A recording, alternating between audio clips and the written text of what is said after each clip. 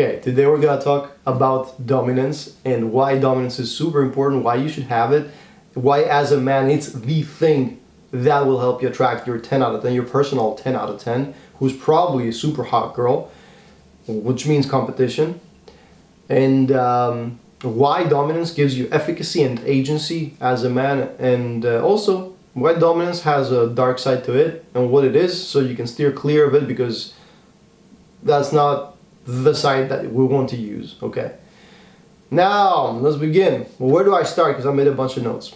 Where do I start? The first thing about dominance that you should know is that it magnetizes attention. Super important. Have you ever seen, or not even seen, but like felt somebody behind you? You were somewhere in a room, or maybe you were in a cafe or something, and like someone was behind you, and you felt their presence behind your back even though you couldn't see them, and you were compelled to turn around and look, and sure enough there was a dude, and you were like, okay, this dude, like, we need to take this dude seriously. This dude commanded respect simply by his presence. Have you ever done this? Now, I'm not gonna sit here and say that this is some kind of magic aura that compels you to look even though someone's behind your back. What actually tends to happen with these things, because all these things are measurable and quantifiable, what tends to happen is maybe in your periphery, unconsciously, you saw a couple more heads turn, and that prompted you to have the feeling that you want to also turn around and take a look. I know this why, because if I so choose, if I want to, I can be incredibly dominant. I can be very, very dominant. I can out-dominate huge fucking dudes. I was in a restaurant, and I was in Mykonos the other day, and I was in a restaurant where you order kind of like to go, like a sandwich to go, and I felt this guy's presence. He was like very, very huge, and he was trying to like jump the line. He was with a girl. My guess is trying to impress her, trying to like command respect in that way, like force it in a way, and I felt him like me and my friend were before him in the line, right?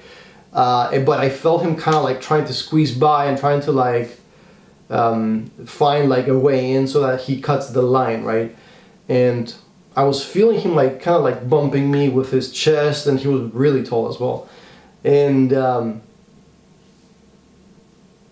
I chose to switch on my dominance, and when I grounded myself and switched on my dominance, I'll teach you how to do this in this video. I felt him like back, like mechanically, unconsciously back off. Okay. So the second thing dominance does is it avoids conflict. Now, a physical altercation with this guy, I don't know that I would have survived, unless this guy really didn't know how to fight and I pulled like some crazy Tekken 3 move out of my ass. I don't think that I would have survived the fight with this guy. However, it didn't need to come to that. I was simply fucking dominant, and I earned his respect because of that. I stood my ground, grounded myself, and if you will, I created an invisible aura that repelled him. That like once I switched it on, I felt the bumping stop, and to the naked eye, it didn't look like I did anything. It just looked like I just was standing there waiting to order. Okay, so something that dominance does very well is it avoids conflict. So it never needs to get to the conflict. Okay. People know to respect you, and people know not to fuck with you, which is what's very important and what drives girls mad as well. The third thing that dominance does very well is it increases compliance. You don't need to negotiate, you just state what's going to happen, and people do it. People just comply with whatever you want. Okay. Super important. I don't need to explain why, but it's very beneficial if you want to attract women, because now you can tell her what to do and she'll do it, just merely because you're fucking dominant. And it works very well with other people as well, with men, because you can just simply state what will happen and nobody's gonna argue or disagree with you. They see that you mean what you say, it's very matter of fact, and you're not to be fucked with. So that's great. Sorry for the fucking stern tone. This is kind of like, I guess this goes well with the theme of the video. Okay, so the fourth thing that dominance does very, very well is it creates attraction. Why does dominance create attraction? Women, if there's one attribute that women love above anything else, if you have no money, no connections, you look like shit, you have no game, but you have one thing that could attract women, it's genuine dominance. If you're genuinely a dominant person, women will get wet for you. Now, of course, this might not be enough because you need to know how to actually handle a woman and communicate with her as well. If you're just like a caveman, it's probably not going to go very well. But this is a very, very core attribute. This is something that women fucking adore. And I have yet to see a woman that doesn't respond well to dominance. Okay? If done right, of course. Why? Women need to feel three things. Women need to feel a couple of things. I'm exploring this in other videos as well.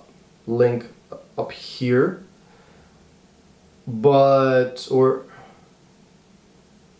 Or is it here? Forget what corner it is anyway. But we'll figure it out pretty soon. A couple videos in, we'll figure it out. So there's a couple of things that women need to feel. Three of those, the most important ones, is they need to feel relaxed, they need to feel aroused, and they need to feel secure and protected. Okay, and if you think about it, dominance is this energy of penetration, this energy of control and penetration. This is what dominance is if you had to like visualize it conceptually or conceptualize it. If you can showcase that you're in control, a woman is going to feel secure around you, she's going to be able to relax, and that's going to make her aroused. If she knows that you are her security, if she knows that she can trust you, and she knows that you could handle yourself, you could protect her, then the ground is fertile for her to be aroused, to become aroused. Okay? So she needs to feel that you're in control, and that's what dominance is. Dominance is an absolute state of control, however, without neuroticism, and that is the dark part of dominance. And in a second I'll tell you exactly how to be dominant. I'm gonna get into the actionable bit of the video as well, but before I do that, I want to take a second and talk about the dark side of dominance, which is being domineering, which is the neurotic side of dominance. Control is great. Having control, having power is great. Having to force that control and that power, it's not great at all. Dominance is not yelling. Dominance is not being loud and obnoxious. Dominance is not pulling a girl by the hair while having intercourse. While being intimate. Dominance is none of that. And by the way, if you're trying to start being dominant with a woman once you get to the bedroom, you've done it very wrong. It's time to reassess, okay? So, what is being domineering? It's trying to have control to no avail, instead of having control by default. And those are two very, very different energies, okay? So make sure that if there's a cheat code to recognize if you're being truly dominant and genuinely, authentically dominant, or if you're being domineering. And the cheat code is if there's complaints and resistance. If you're being truly dominant, people tend to just simply comply, feel the security, the groundedness, and go with it.